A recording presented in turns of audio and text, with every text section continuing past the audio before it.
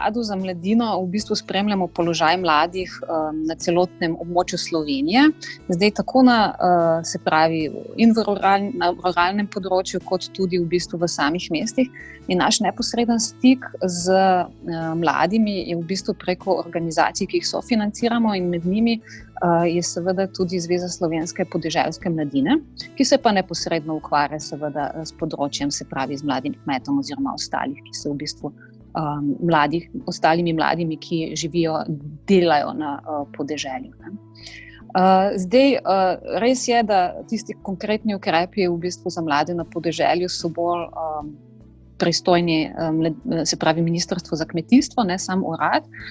Kljub temu pa seveda preko naših organizacij, s katerimi sodelujemo, oziroma sam urad, seveda spremlja sam položaj mladih in se pravi na podeželju. In moram reči, da se mi zdi, da je tukaj tista mogoče največji izziv, pred katerim se mladi soočajo, je mogoče slabša infrastruktura in pa posledično seveda tudi dostop do določenih storitev, oziroma bom rekla, včasih se zdi, da znotraj mogoče ta mestna okolja ponujajo več, kar pa ni nujno, ne? Ker lahko tudi na podeželju najdemo kakšne prednosti, kot so recimo stik z naravo, ki zagotovo mladim v mestnem okolju primanjkuje.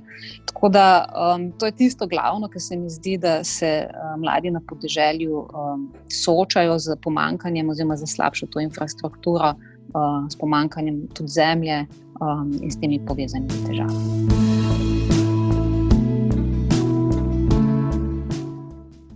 Zdaj, posebnih ukrepov Urad za mladino direktno za podeželje nima.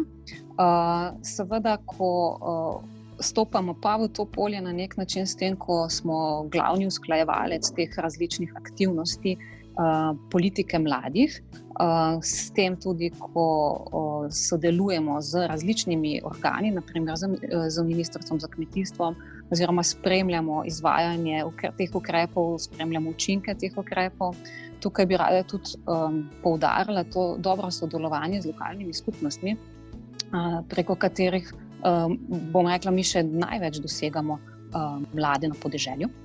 Ugotavljamo neke enake pogoje, tako za mlade v mestih kot na podeželju, za njihovo celotno udejstvovanje, se pravi od zaposlitve do bivanjskih razmer, v bistvu zato, da lahko odrastejo oziroma da dosegajo mladi potem seveda neko stopnjo avtonomije. Zdaj, čisto konkretne ukrepe seveda ima bolj Ministrstvo za kmetijstvo, tam so na voljo številni ukrepi, o njih tudi redno obveščamo mlade, recimo o njih smo tudi pisali na našem portalu mlad.si, ki je namenjen seveda vsem mladim v Sloveniji, in takšen ukrep je recimo tudi nepovratna sredstva za pomoč mladim pri zagonu, se pravi kmetij oziroma prevzemanju kmetij.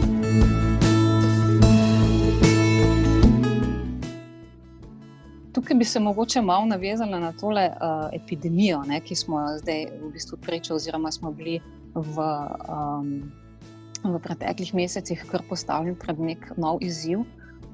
Pač tudi za mlade na podeželju je ta situacija pokazala, da gre za kar težko in nepredvidljivo situacijo. Ko so se seveda pojavile težave, kot je recimo ustavitev nekaterih prodajnih kanalov, znižanje cen in podobne stvari. Tako da tukaj moram reči, da se jaz zelo strinjam z Mladinskim svetom Slovenije, ki je opozoril na to, in stališče Mladinskega sveta je tudi, da je toliko bolj pomembno, da se v tem času oblikuje kmetijsko politiko v smislu strateškega načrtovanja, ki je tudi trajnostno naravnana, ne? In je usmerjeno v bistvu k ohranitvi gospodarske panoge kmetijstva oziroma pač priložnosti za mlade tudi na podeželju.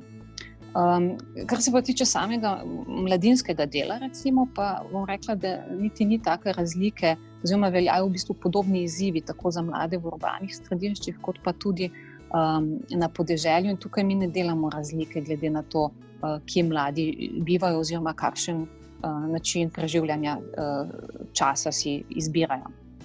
Verjamemo pa, da je mladinsko delo tudi na podeželju izrednega pomena, ker vemo, da pač mladinsko delo pač je preventivno in omogoča v bistvu pridobivanje pomembnih kompetenc za aktivno participacijo v sami družbi. In je zelo pomembno za tako osebni razvoj mladih, kot potem tudi seveda posledično za razvoj celotne družbe. In to mladinsko delo se mora dogajati na različnih nivojih in lahko rečemo, da v Sloveniji se dogaja tako na lokalnem, regionalnem, nacionalnem, tudi mednarodnem nivoju. Zdaj pomembno je, da skupaj sodelujemo pri iskanju rešitev. Se pravi, tako mladi v podeželju aktivno participirajo na vseh teh nivojih, seveda potem tudi z izmenjavo izkušenj, dobrih praks in podobno. Še vedno pa bi rekla, tukaj se mi zdi, da ta naš projekt Rastimo skupaj, ki je usmerjen v delo v lokalni skupnosti, poteka že 5. leto, je pa eden izmed, bom rekla, oblik dobre prakse. Se pravi, da na ta način, da res tudi inštitucije pristopijo bliže mladim tudi na podeželju.